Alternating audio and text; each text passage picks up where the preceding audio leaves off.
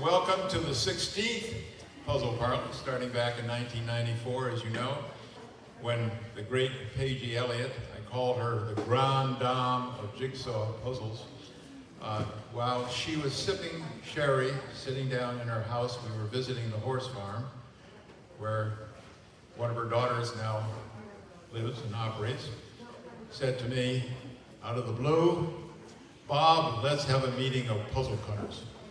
Then she said, "Let's call it a puzzle parley." And I took that as a charge from the grande dame that I better get on the ball. And thanks to Ann Williams stepping forward and having a list of cutters, etc., we were able to have one, which, as you well know, I missed after organizing it because I was in the hospital. Registration. Everyone, I hope, is checked in, picked up your packets. If not, do so at the break. Full agenda, all programs are go, I think. Right, Chris? Okay. We'll try to move along as efficiently as possible. And to this, table sales, which have probably already started, we're supposed to start informally at noon and go to 4:45. Now, the 4:45 is a deadline because the staff has to come in and clear this room and reset for our tonight's festivities.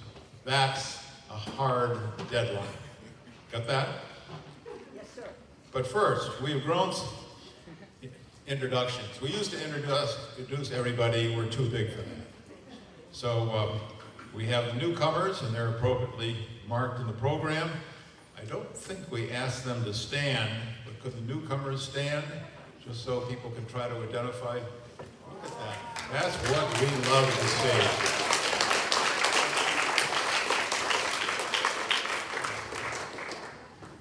Now, thanks, be seated.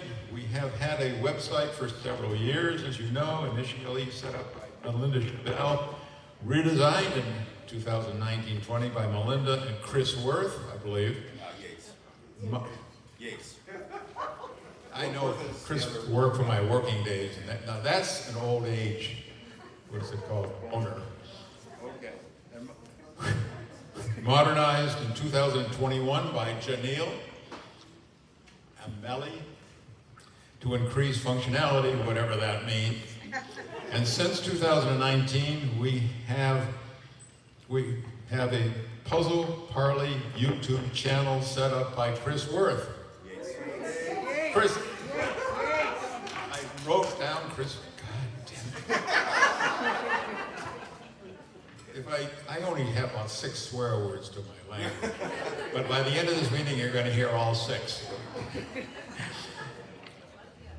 Okay, YouTube channel set up by Chris Yates, dedicated to preserving and showcasing the program of our events, which now has 30 different videos about puzzles. Finally, a complete list of the donors, volunteers, supporters of the Parley is listed on page 5 of the program. We thank them all, as this Parley would never have gotten off the ground. Now, on to the program. And guess who leads off the program this morning? A guy by the name of Bob Armstrong. Do I have to introduce him? Hopefully not.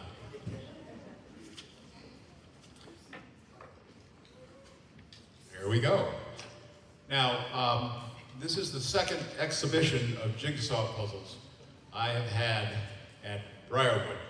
Now, this is a residential community, but they have a serious art gallery there. It's in along a major corridor, so it gets lots of traffic by residents during the daytime. And it's free to any artist who wants to set up, and they can keep all the money on any of the sales they make. So we have a lineup of artists who want to come there, and this is the second time they've asked me. The first time, my puzzles absolutely wowed them, and it was the largest number of people come to the art gallery for one of the exhibitions that they've ever had. Jigsaw puzzles are visually hugely exciting. If you don't believe me, I know the pictures are not that good here, but that's the beginning of my exhibition catalog, which I have a copy. And then go to the next one, Chris, or do I? You have a little clicker on your up there. Okay. You press the right button. Right button, right.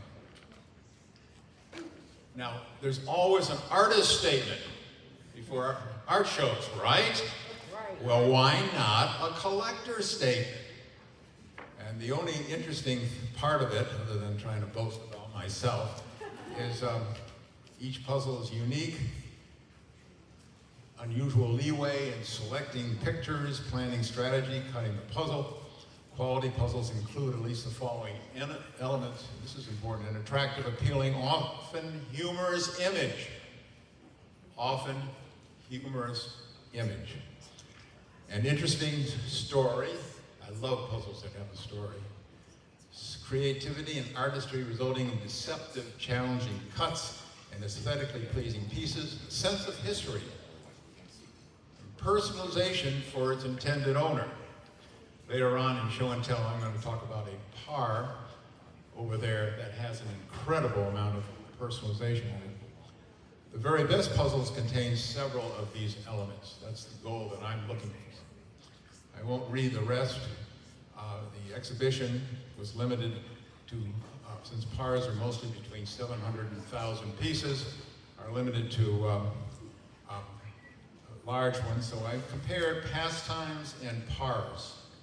I had 45 pastimes and pars, all between 700 and 1,200 pieces, the largest ones I have in my collection. And they I have 71 replacement pieces, not for sale, and so, and I have detailed descriptions. Let me repeat that. Go to an art museum and they barely tell you anything about a particular pet. I got on the internet, Wikipedia is hugely helpful, by the way, and tracked down as much information about the artist, about the scene, what have you. And people got into reading those things, believe it or not, which meant they took a lot of time in the art gallery. Now, the pricing is the one thing. Par never published pricing that I know of. And however, pastimes do. And I happen to know what Ted Hodgkins, from whom I obtained his estate, 32 pars weighed 20 years ago, was paying, at the time, he was paying between $200 and $250. So we took a rough comparison, and I figured that pars cost about 8 times the pastimes. So you may love the pars, but are you ready to pay 8 times what you would pay for a pastime puzzle? In other words, that $25 pastime puzzle, 500 pieces or something like that, would be 8 times. What do you come up with? Whatever it is. So, now, I also put a note on the bottom. Oops, it's got cut off. I always have to credit Ann Williams, her books, her writings, her patience with me. She's critical for what I've done in the last 25 or 30 years. Thank you, Ann. Now, let's go on. Now, these pictures I took informally without an old camera. So that's where we were setting up, and of course, immediately Briarwood started cleaning the floor and waxing. You know, that's immediately, anything like that, everything is like that. Murphy's Law is always in operation. Finished, Conrad and a guy by the name of Phil Warbass did the hanging for me.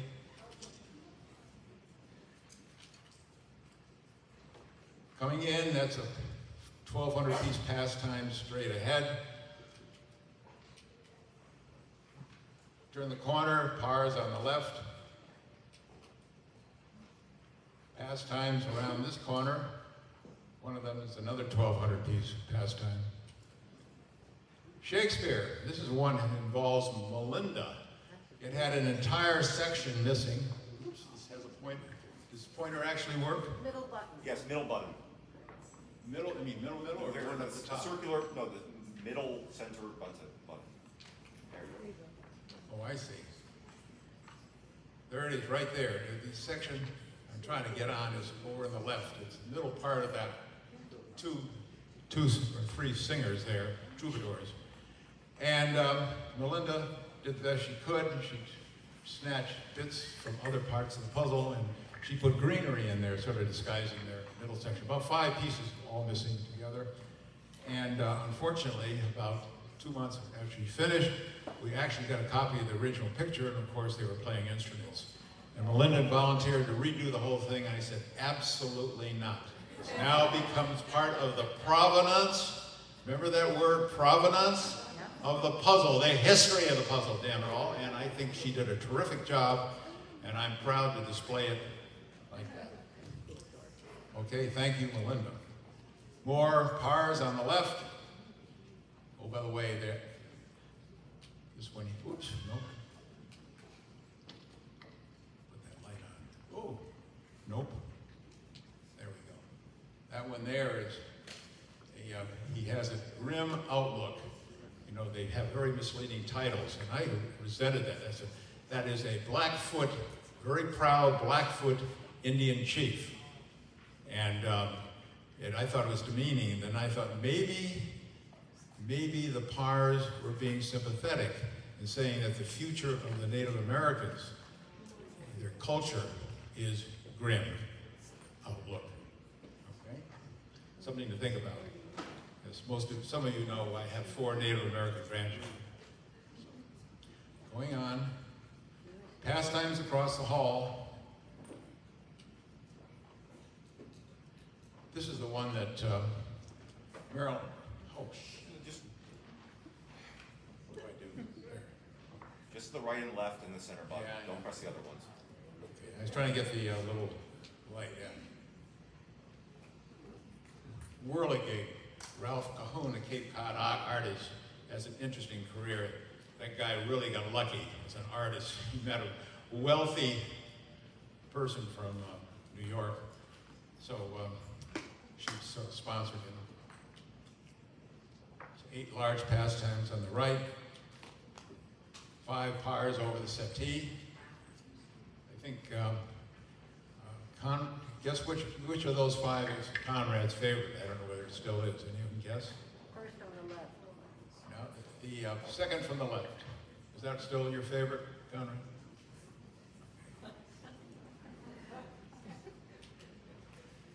And there's a main pillar. You know, the building has to be supported, so we put them on all 4 sides. That's the back of the room. By the way, the most absurd title I've ever seen is right there. That is a female, I guess you would call her a tiger tamer, and she's in with 5 tigers. 2 of them look very docile, and 3 of them are growling with their mouths wide open as if they're going to eat her. And what the title is What Maggie Wore. No, who the hell is worried about what Maggie wore? Aren't we worried about the fact that she's going to be rapidly eaten by those hungry tigers? There's 2 of my favorites there. One is, of course, the Robin Hood. That's a terrific scene, British artist of Robin Hood. And over on the left is Abraham Lincoln at Gettysburg. And the artist did a brilliant job showing how alone he is. And Lincoln really was very much alone in his last year, trying to hold together the state, the Union, and against all sorts of attacks, both external from the South, the Confederacy, but also internally his enemies within his own party. It's just a terrific image. Whoops. Okay, how can you hang puzzles on the wall lightly? Well, there's an example over here that I brought along, actually 2. And there's one here, which I'll show at the end. But you're going to need shrink wrap. And there's a roll of shrink wrap over there. You're going to need some kind of ruler or something like that. You're going to need a good, I call them X-Acto knives. And you need, I like the cardboard. Now, notice, and this is critical, do not seal the puzzles 100%. That's what shrink wrap seems to be designed to do, because it folds over along one long edge, and you slip the puzzle in, and you use a cutter to go right around, and you can seal it at the same time. A woman by the name of G.G. Barnhill at at the Antiquarian Society, some of you visited there the other day, she's now retired, said that jigsaw puzzles are made of inherently acidic material. And they let off a very slight gas all the time. Normally it completely disappears, it's very slight, doesn't bother anything. But if you seal it and you have them wrapped going into years, I think months are probably okay, it can start to discolor, the gas can start to discolor the puzzle. So what I do is, you're going to see in the next one, but this is cutting the edge. And I use good firm cardboard, but you know, don't use lousy old boxes or dirty stuff or anything like that. I've also used mat board, but I think cardboard cuts better and it probably allows the puzzle to breathe more easily. There I spread the shrink wrap over, and you want to go beyond the puzzle a couple of inches. Cutting it. And now I'm doing, this is the seam. The shrink wrap comes with a seam on one end of the roll. It's right over there, you can see that. Well, the wonderful thing about the seam is when you get a really large puzzle, you can open it up, and it doubles a 24-inch roll into 48 inches. Got that? And it works. But here I'm cutting it. I'll start taping it on the back. There's a few little tricks, and you'll learn those over the years.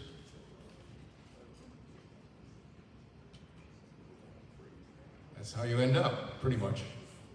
Now the next stage is the hair dryer. Don't buy one.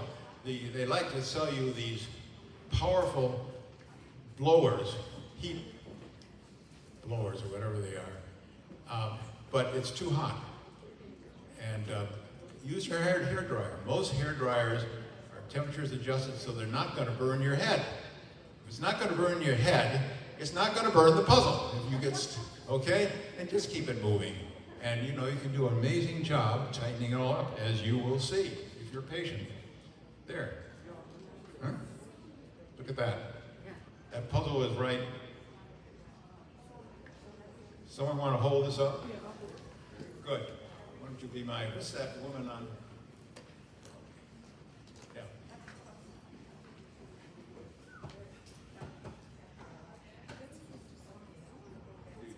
Partially in this.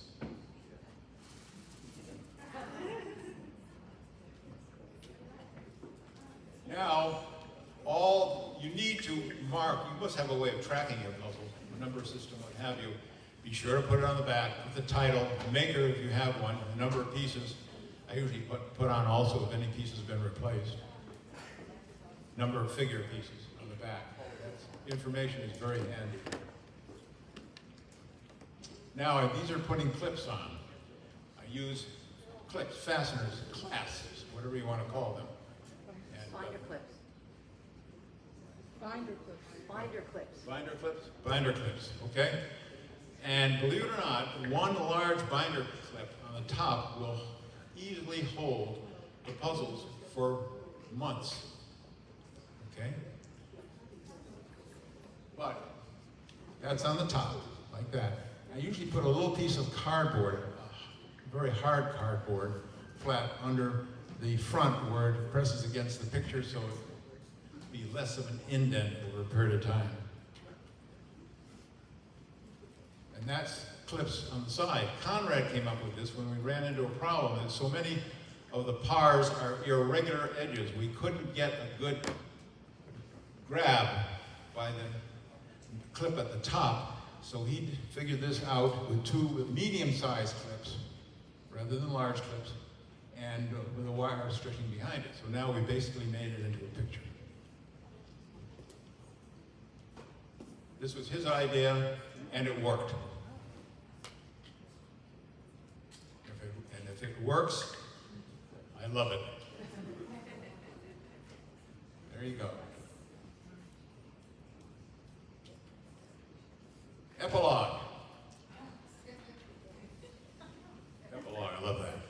My shrink wrap has come from University Products for nearly 30 years. I called them.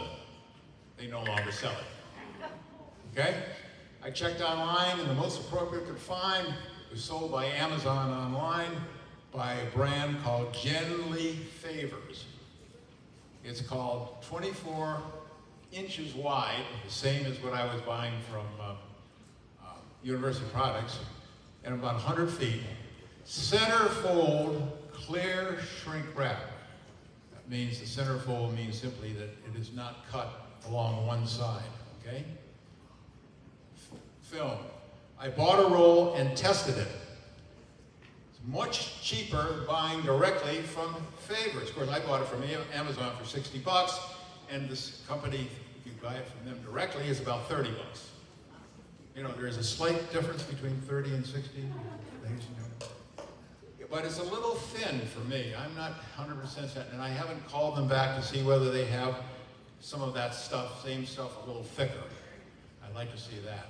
But it can be used, and I did wrap one puzzle here.